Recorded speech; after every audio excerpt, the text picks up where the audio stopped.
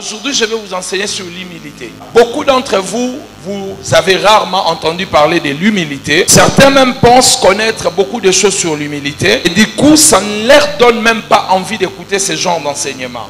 La Bible est en train de nous dire dans Proverbes chapitre 16, verset 5, « Tout cœur hautain est en abomination à l'Éternel. Certes, il ne restera pas impuni. » La Bible est en train de nous montrer, partout où il y a de l'orgueil, Dieu considère cet endroit-là comme un endroit abominable. Partout où il y a un orgueilleux, Dieu considère toujours cette personne comme si elle était en abomination face à lui. Alors, parlant de l'humilité, c'est quoi l'humilité? L'humilité, c'est le contraire de l'orgueil. Donc, tout ce qui n'est pas humble, c'est orgueilleux. Donc, l'humilité est la chose principale dans la vie chrétienne. Parce que ceux qui ne sont pas humbles ne peuvent pas obtenir certaines choses de Dieu, comme je le dirai vers la fin. Alors, qu'est-ce que c'est alors l'humilité? Attention à ne pas confondre avec l'humiliation.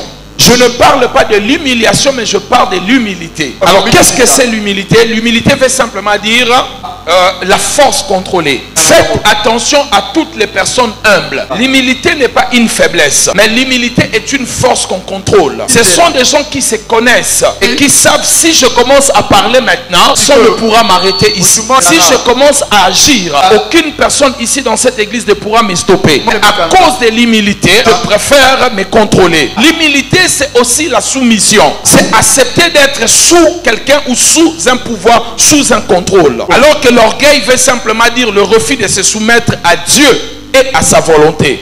Donc je disais que l'orgueil est le refus de se soumettre à Dieu et à sa volonté. L'orgueil, c'est la suffisance, l'autosuffisance. Quelqu'un me dit amen bien.